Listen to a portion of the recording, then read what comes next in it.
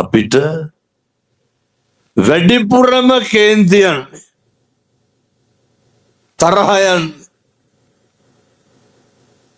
ගෙවල් වල මිනිස්සුත් එක්ක නෙමෙයිද?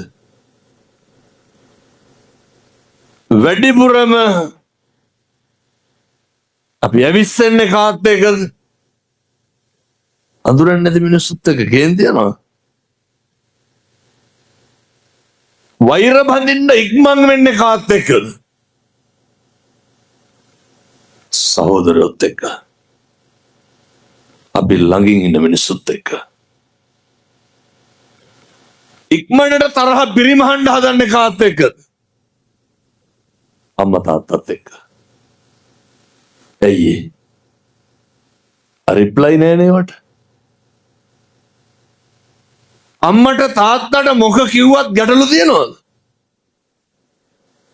ඔය ජීවිතේ මේ වෙනකොට තරහ පිරිමහන්න පටන් ගන්න ඉස්සරලම කන්නේ නැතුව ඉඳලා නැද්ද? මේක හරි පහසුවෙන් කරන්න පුළුවන් කට්ටිය කවුද? ගෙදර උදවිය. එහෙම නෙමෙයිද? දැන් මේ පින්නතුන්ට ඔය පාරවල් දිහා ඉන්නකොට කේන්ති යනවද? එහෙම නෑ මේක ලෙඩක්. ගෙදර ඉඳිද කේන්ති යන්නේ ඔය කඩවල් දිහා ඉන්නකොටද කේන්ති යන්නේ? ගෙදර ඉන්නකොට. පාලනය වෙන්න ඕන තැන කොහෙද?